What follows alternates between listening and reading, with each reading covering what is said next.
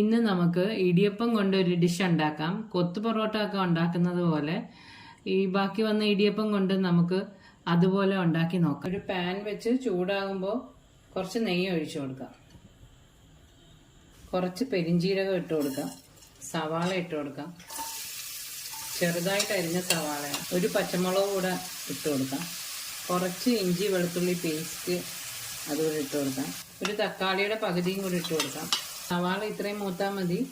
ഇനി മസാലപ്പൊടികൾ ഇട്ട് കൊടുക്കാം.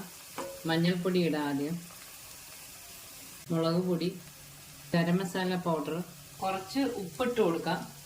ഇനി ഇതിലോട്ട് 3 മുട്ട പൊട്ടിച്ചത് ഒഴിച്ചു കൊടുക്കാം.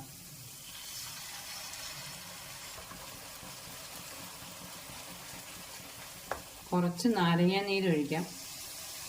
ഇനി ഇടിയപ്പം പൊടിച്ചു വെച്ചിരിക്കുന്നത് ഒരു 6 ഇടിയപ്പം ഉണ്ട്, അതുകൂടി ഇട്ട് കൊടുക്കാം. മല്ലിയിലയും കൂടി ഇട്ട് കൊടുക്കാം. ഇത്രയേ ഉള്ളൂ. ഇത് റെഡി ആയിട്ടുണ്ട്. രാവിലത്തെ ഇടിയപ്പത്തിന്റെ ബാക്കി, അതിന് പ്രത്യേകിച്ച് പേരൊന്നുമില്ല. കൊത്തു പൊറോട്ട ഉണ്ടാക്കുന്നത് പോലെ ഇടിയപ്പം വെച്ചൊന്നും ഉണ്ടാക്കിയാൽ മതി. എല്ലാവർക്കും അത് ഇഷ്ടപ്പെടും. എല്ലാവരും ഒന്ന് ട്രൈ ചെയ്ത് നോക്കണേ.